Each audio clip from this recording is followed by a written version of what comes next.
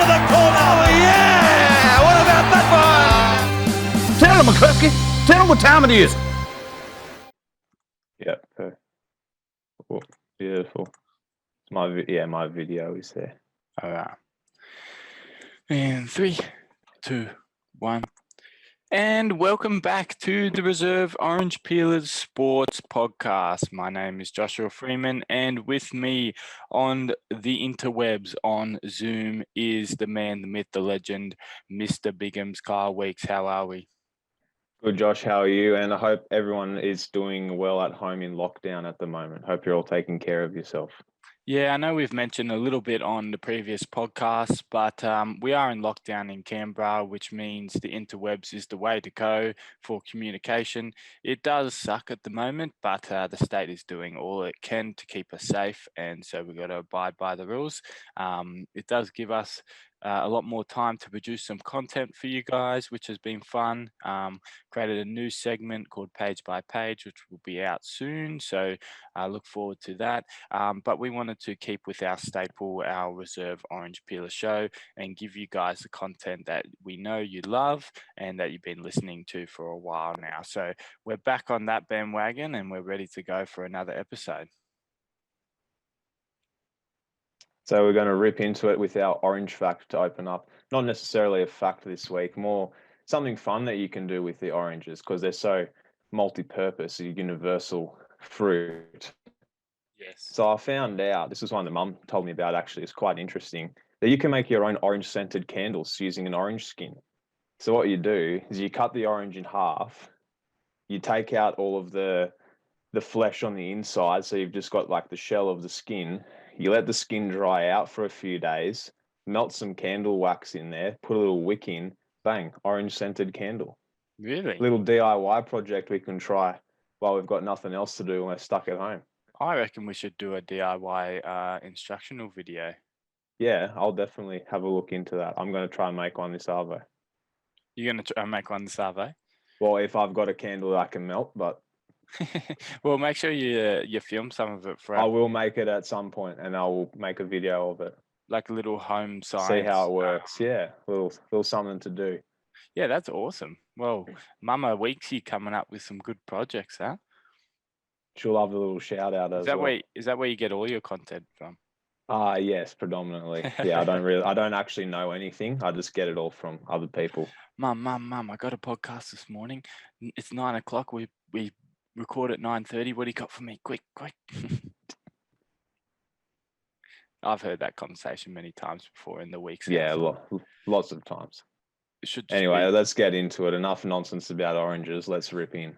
All right. So we're back with the weekly wrap. We've got not too much to discuss in the world of sports, except for the continuation, the starting of the European football. It's been amazing. I've been watching the highlights this morning.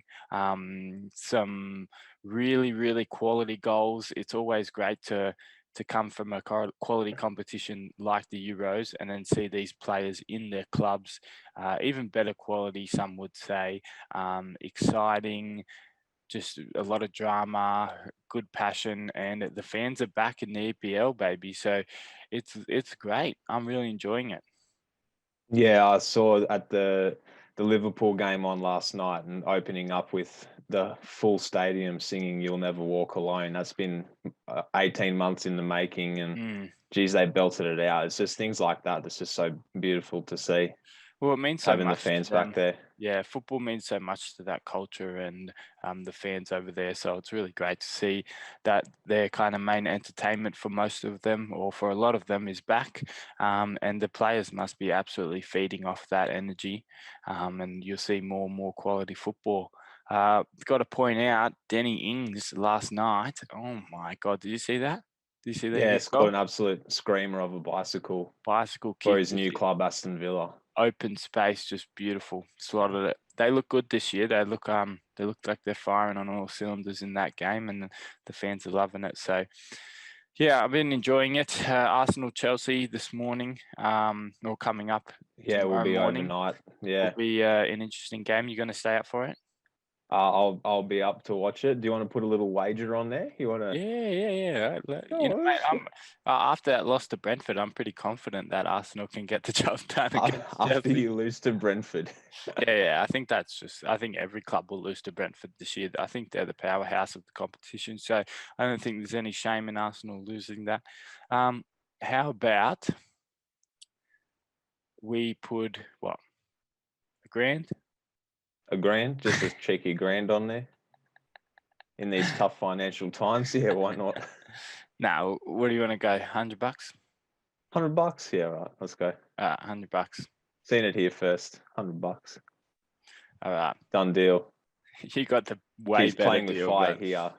draw, nothing, right? Draw is nothing. Draw is nullified. Got to be a win. Park the bus, boys. Park that bus. Oh. Park that bus. While we're on the wrap, I wanted to have a look at a little bit closer to home, the NRL, the race for the top 8. 6 teams going into this weekend that were a genuine chance of making those last 2 spots. Not so much anymore after some of the results, but just the build up into that. How did you see it? Did that excite you, knowing that, particularly since like your team, the Cowboys, were out of contention? Did that give you something to look forward to? Yeah, mate. Look, I'm a bit done with the NRL this year, to be honest. I've been trying to tune in for big games and good contests. I just can't seem to either pick the right game or get into a game enough to really enjoy it. It just always seems there is a point in the games where it one club can score or not score, and it's going to be a tight contest, and it just doesn't happen, and it just ends up being comfortable wins or uncomfortable losses for most of the teams. And look, this is probably a bit petty for me and just like being a bit bored with it. But yeah, I'm really not enjoying it. And I just kind of want to skip to the top 8 and see some quality football. Hopefully, get a nice contest. Like the Rabbitohs Penrith game was all right, but even then, if Yeah, that's that was a supposed to good be, contest. yeah, but that's supposed to be the highlight of the competition. I just wasn't as excited as I've been, and that might have to do with the Cowboys' performance this year. It might not. I don't know, just a bit off it, to be honest. And I think we're getting to that finals period. I just want it to start. Yeah, well, and I think half of why people are off it is because of decisions like what happened yesterday with my beloved Tigers. Some of those calls and no calls, that one off the scrum where Adam Dewey gets disallowed a try, which could have made the scores 22-12 early in the second half, that changes the game potentially. But just an absolute, it just seems like they make up rules, like holding a player in the scrum, and then every scrum, the referee's always adamant about make sure you bind in, and then when they finally do bind, then you get a penalty for it. Like, this is why people turning it off. I really hope that this year for the NRL is a massive learning curve and a developmental year for the game. And I hope the game doesn't keep going down and down, because I feel like it's on a trajectory that not many people, or not the majority of people, are liking. So I hope this is a developmental year. They can go back, they can reflect, and they can improve on their game to make it really great again for next season. Like closer contests, more consistent rules, sorting all the drama out with the referees. No COVID would help with having to play all the games in Queensland, getting the local fans back around New South Wales and other states, getting the Kiwis back in New Zealand and the travel back. It's not necessarily the NRL's fault. I think half of it is, but if we can just have a normal season next year and play like back to regular footy, I think, I hope they do that. I hope that happens. Yeah, well, and I think that as well, the way that this season's turned out has really been epitomised and Well, Kyle's cutting out now on the.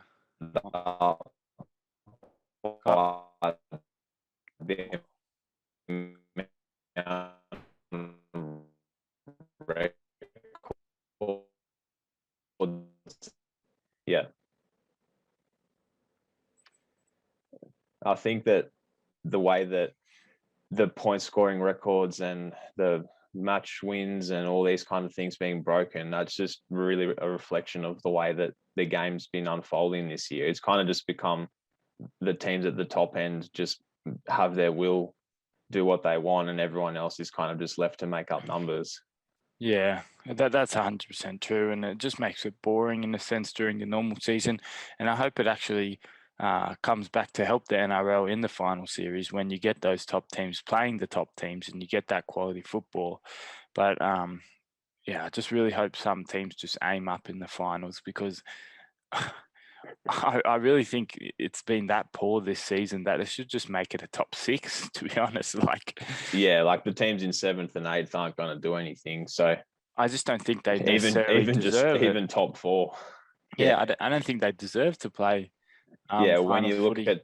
at teams like Newcastle Knights are probably going to be one of the teams that make almost definitely now will make the top 8. That's rubbish. There's no way that they're beating any of the teams above them. No. But anyway, it is what it is. Hopefully it's a good final series, because if it's not going to set it up very well for next year. Yeah, it's gonna take a massive blow if we just see, like, even if we see Melbourne absolutely dominate, I think that's gonna have a bad rub on the NRL. You just want at least Penrith to fire up, and I think that even if it ends up being the Melbourne Penrith grand final that most people predict it will be, then at least if it's a competitive run to get there, I think people will be happy with that. But if they're just walking over the top of teams, then no one's going to care. Man, I want my Smoky. I actually want Manly to go well this year.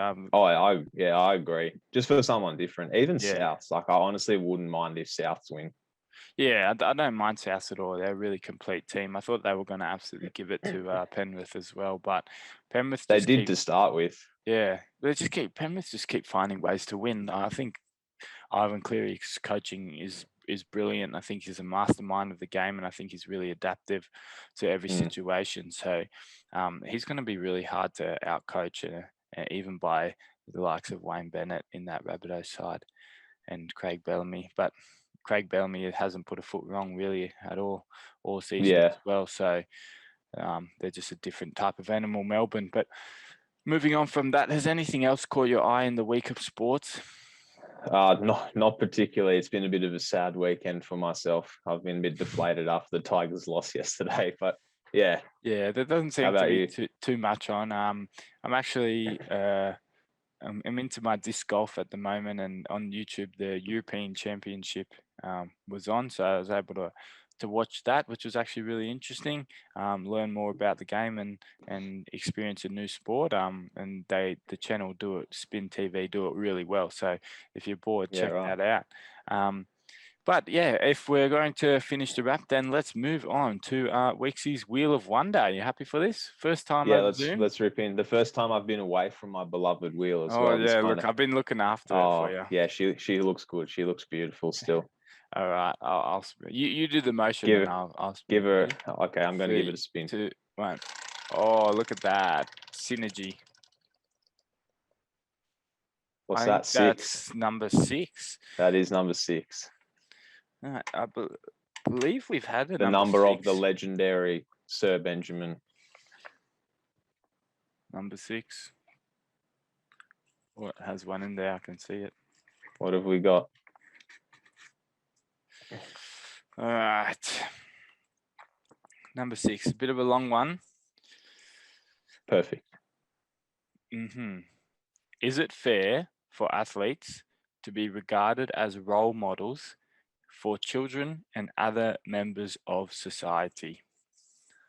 Let's just show that up there for the peeps. It's going to be a bit skewed, but all right. So is it fair for athletes to be considered role models in the community?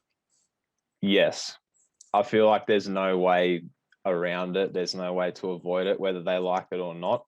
If you're going to be on that platform and have that like standing in sport and just in society, then you have to accept that you're going to be a role model. I hate 100%. I hate this cop out excuse of when people do the wrong thing if they're some sort of athlete, and then straight away everyone goes, oh well, they shouldn't have to be a role model. It's like, well, yes, you should. If you're in that position, that's the privilege. The privilege is that you're in that high of a standing. You get to play sport for a living. People want to be involved with sport, and they follow sport, and they look up to sports people. That's just how it is. They just have to accept that. Yeah.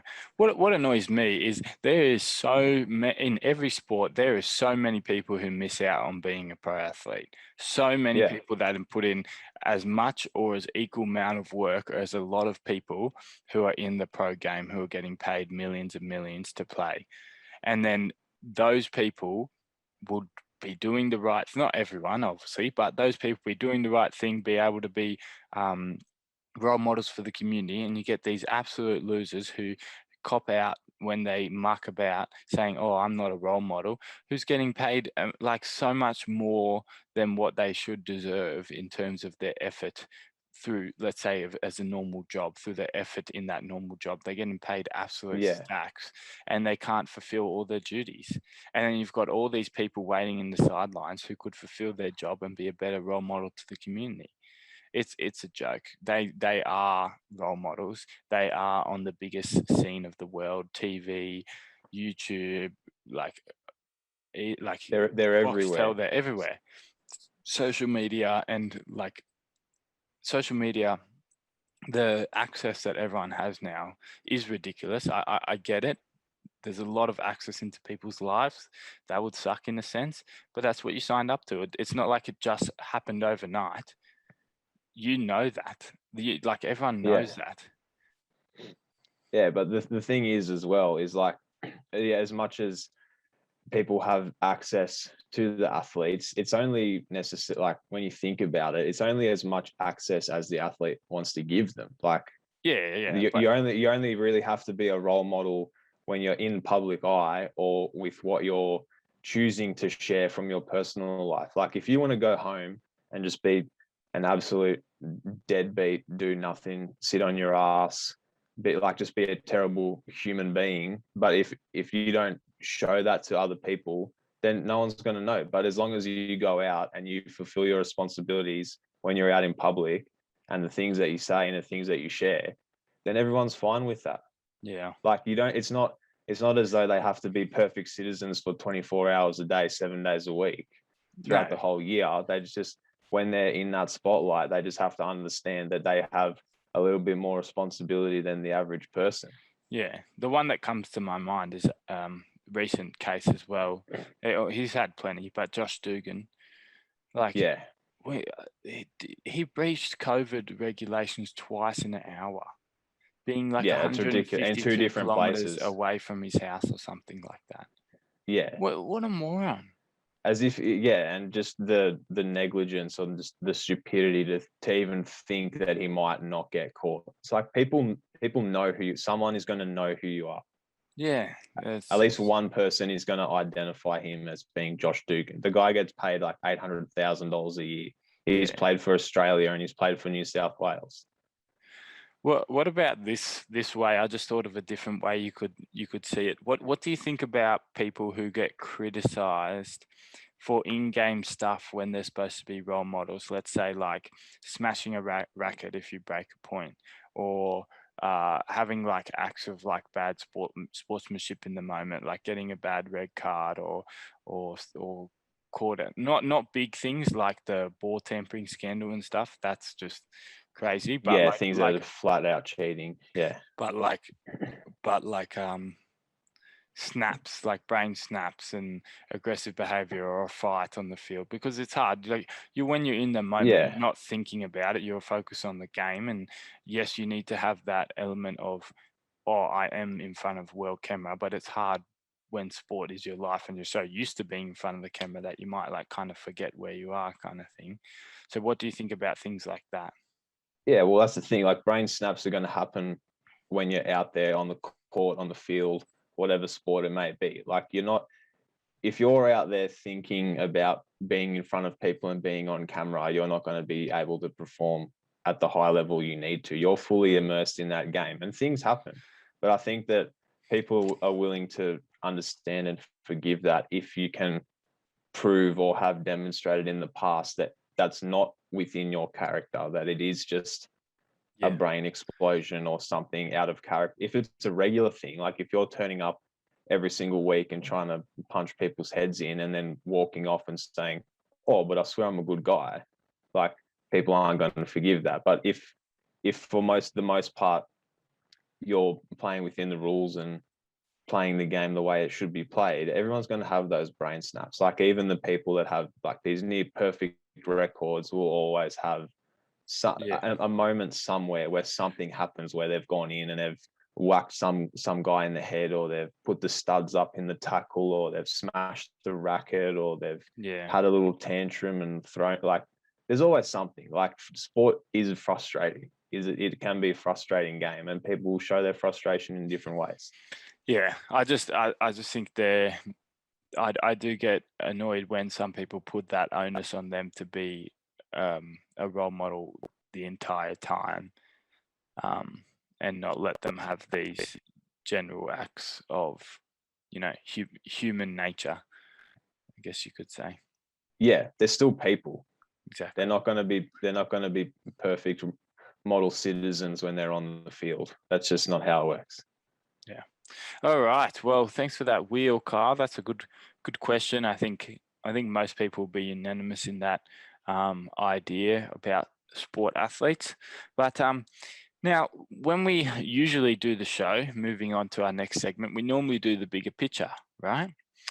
Yes. What we've decided is, and it will be coming out probably along with this episode, we are going to do a separate bigger picture as a little slice. So our idea of the slices are they're going to be half the time or a quarter of the time of the normal episodes, and just to make it more easy listening and to gain more traction of people who want to just listen to specific parts of and the just show. make the discussion more expansive as well. Taking taking rather than a big chunk of the regular episode, we'll take a smaller time period to really delve into it and expand on the concept.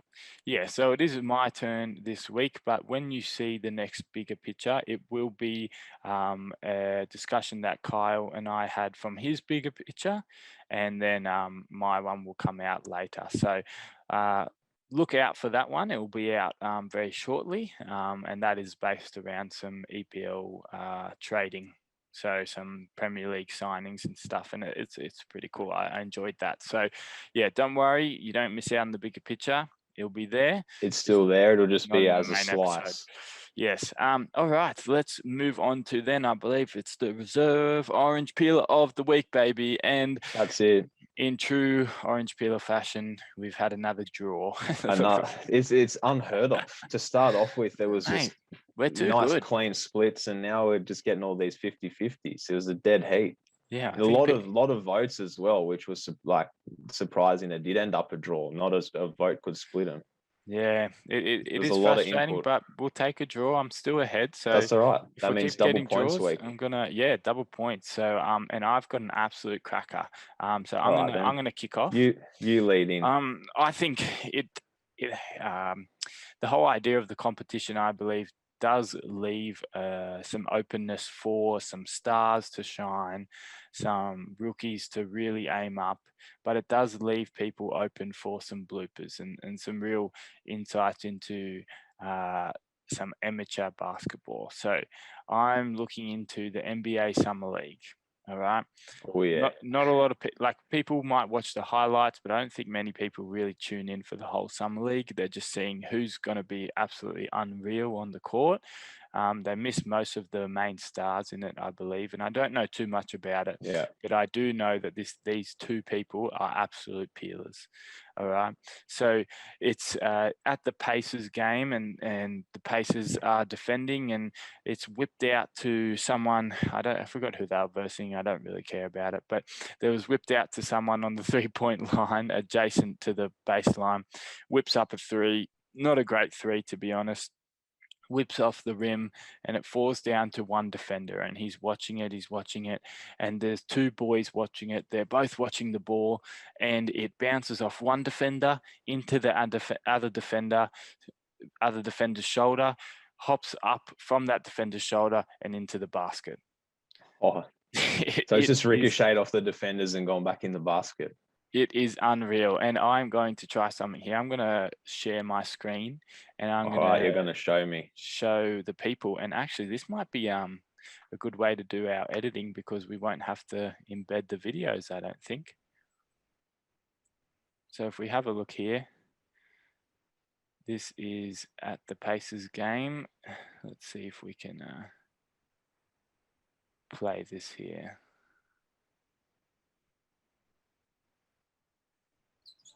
Shows Toppin back to back for three. This one.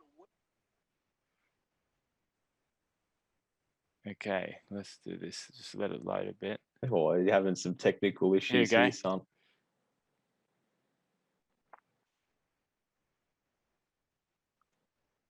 Did you see that? Yeah, it's a little bit glitchy, but yeah, I get the idea of it. It's gone up, it's come down, it's then bounced off his head and it's gone up. And what are the chances of that though? Like seriously, I reckon you could stand under a basketball hoop all day and never have that happen. I don't know. I thought it was absolutely hilarious. So that's my 2 orange peelers of the week. I don't even know their names. They could be big names in basketball, but we don't care here at the Peelers. Most likely not if they're in the summer league. They're probably rookies or but there has been some good performances, and there's a young Aussie there's definitely who looks decent as well. All right, let's see what you got to combat this beautiful. So my one is similar in a sense. It's come from golf from Hideki Matsuyama. It's just not necessarily like a failure moment, but just like what are the chances of this happening? It's just hilarious. So he's hit his drive and he's kind of sprayed it off to the side a little bit towards the fans. And the ball's bounced into where the fans are standing. And the ball's landed inside one of the fans' shirts. Oh, really?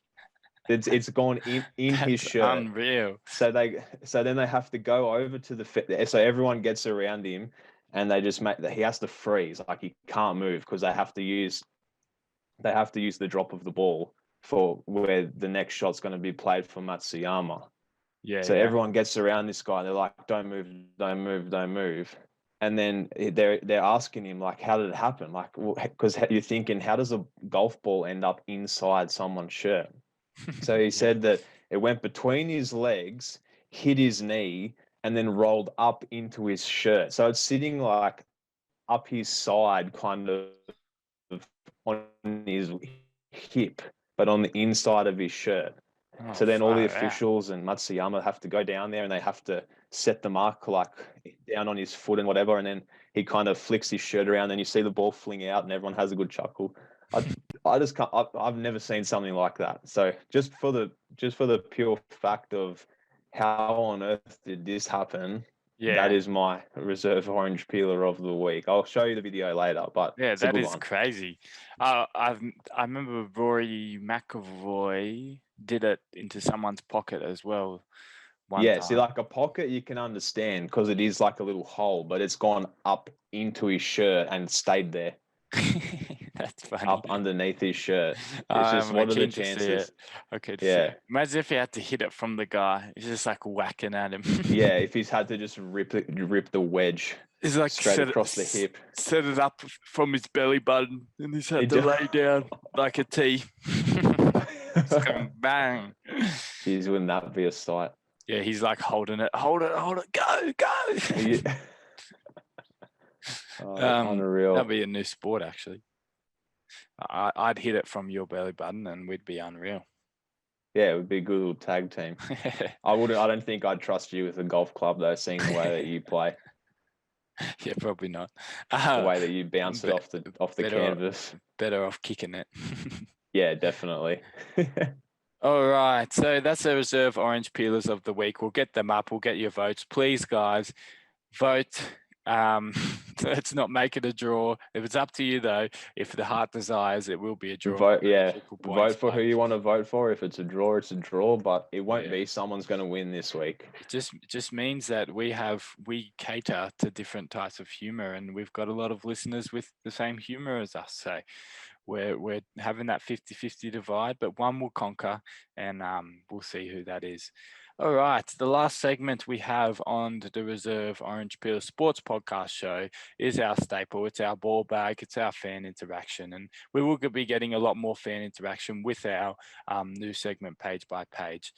But we wanted to keep this one in as well for any insights and any questions from the week of sport. So, do we have any questions this week?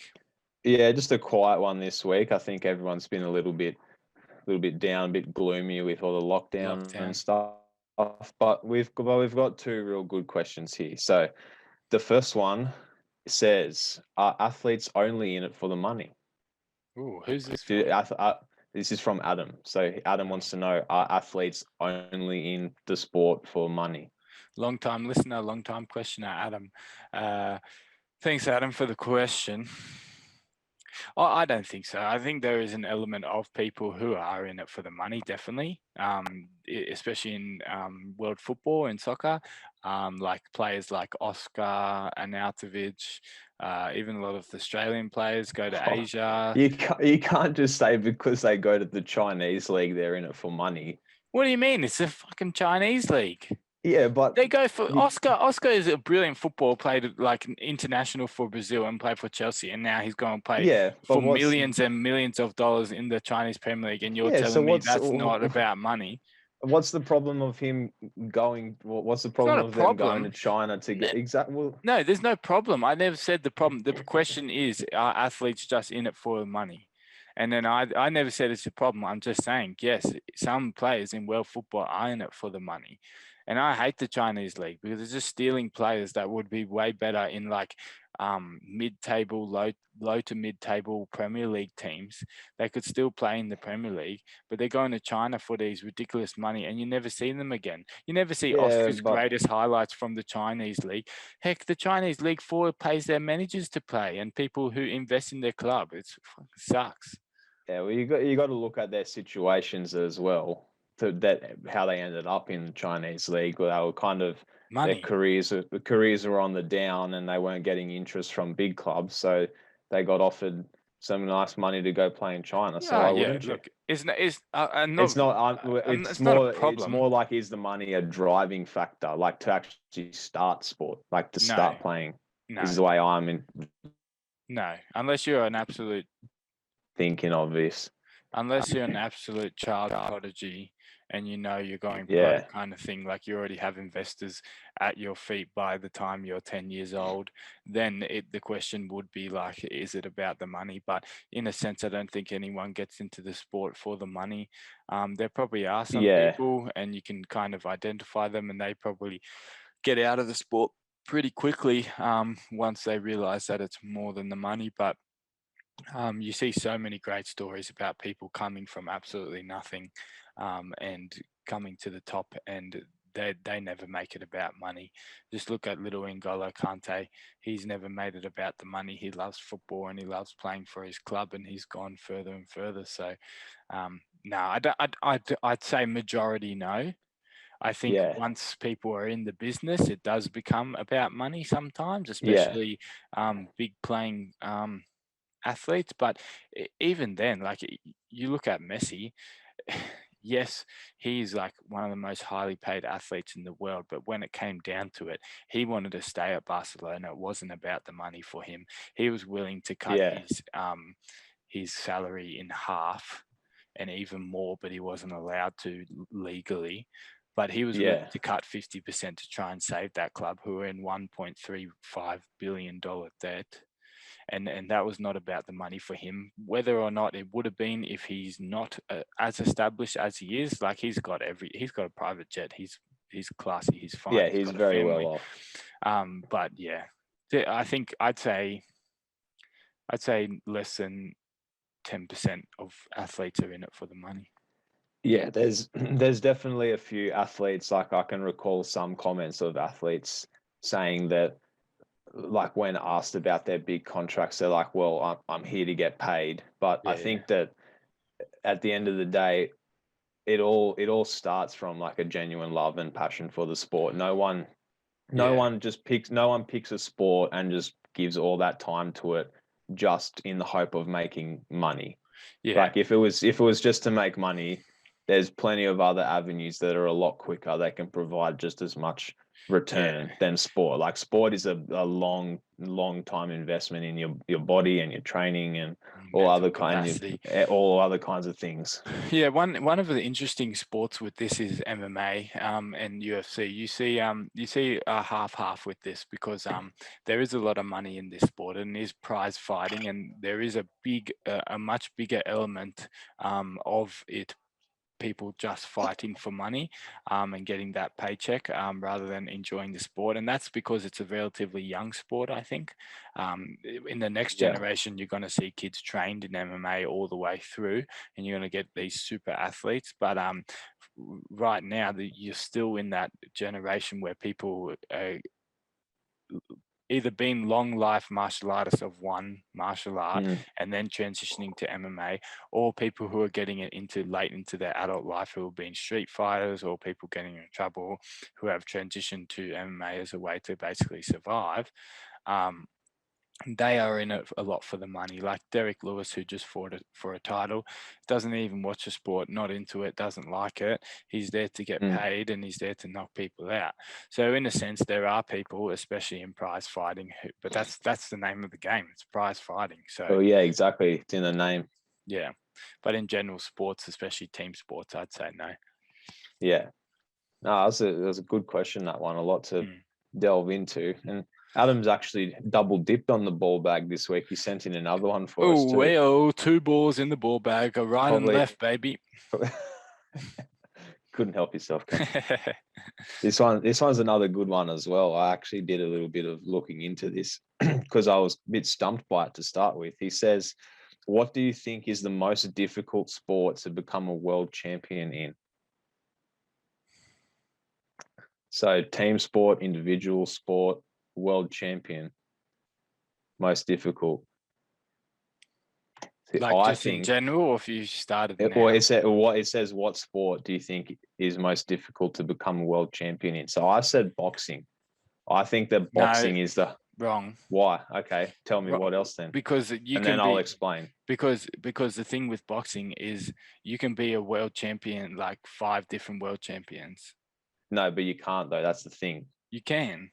To be a true world champion, you have to be an undisputed champion, which means that you have to hold all 4 belts from all 4 organizations. So you have to have WBC, WBO, WBA, IBL to be a true world champion. Because how can you can't call yourself a world champion if there's 3 other guys that are on the same level? Well, they do. They say IBO world champion. Yeah, but to be a true world champion is the way that I'm interpreting it. And like it's summed up pretty well in the stats. Like there's only been 5 boxers that have been an undisputed champion, and the most recent was 19 years ago. Who was it? Lennox Lewis, from what I've found. Was Mike?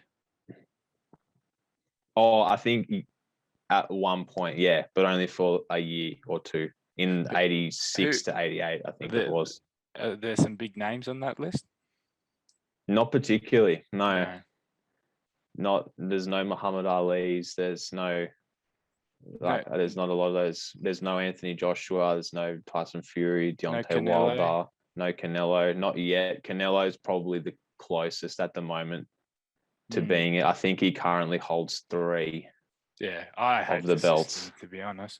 But yeah, the stats don't lie. That is definitely hard when you're up against 4 other world champions and just in that sense, I think for the sake of that, to like for me, I would think that you'd have to be an undisputed champion to be able to truly say that you're a world champion. To say that there's no one else on your level, because to me, that's what a world champion means. Yeah. That there's no one else on your level. You're by yourself.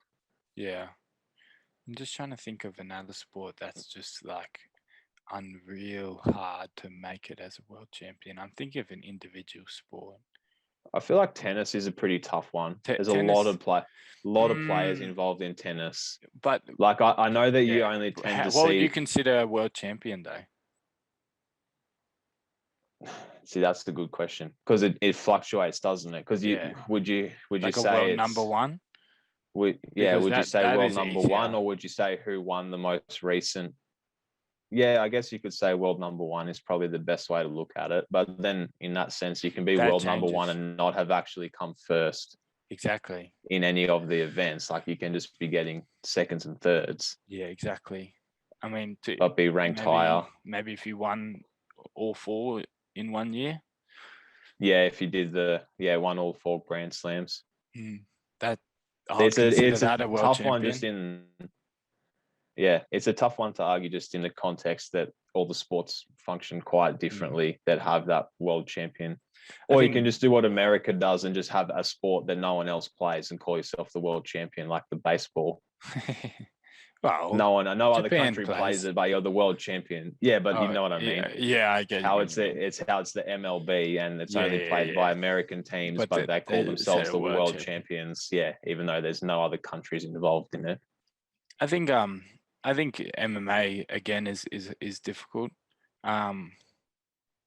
But then again, I don't know. I don't know how you would quantify world champion because there's like 4 main promotions and they all have their own world champions. So yeah, it would be interesting. And because of the divisions as well. Yeah. I mean, but that's the same with like boxing. That. Yeah, but that's what I mean by like it creates a difficult way to compare them because there's so many divisions. So then it becomes like, well, if we've got 6 divisions, then like who's the best out of those 6? Maybe say the pound for pound, like athletes, but then like with MMA as well, there's 4. There's like 2 main promotions, and you never see like cross promotion fights. So you like boxing, so you never kind of figure it out, even though the UFC is held as the highest. Because like you technically can't even say like Khabib is a he's a world lightweight champion, but he's not like world he's not world MMA champion. Like he's not. Yeah, there's no like one person standing atop. Yeah, which is why I went down the path of the boxing with the unified champion, because then the rarity of someone actually achieving that is, I feel, what makes it so difficult.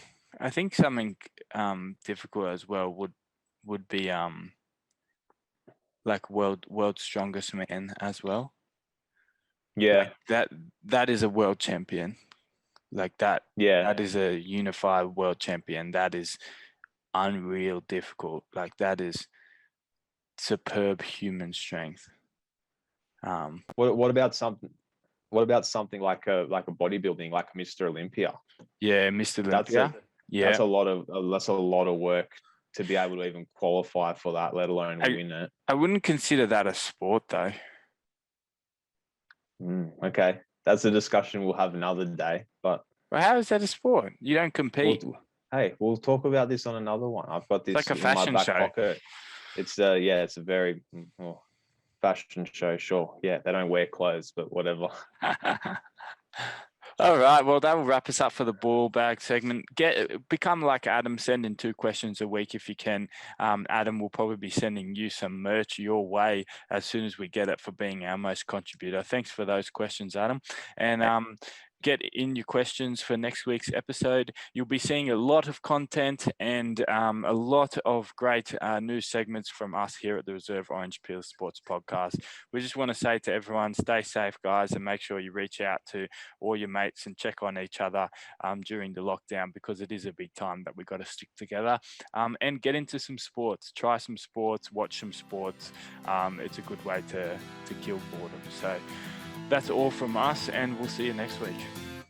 Peelers out. Bang! Oh, what a shot from Curry! Leon Barry, you star! Guerra! Here's the big fella, gets the pass on.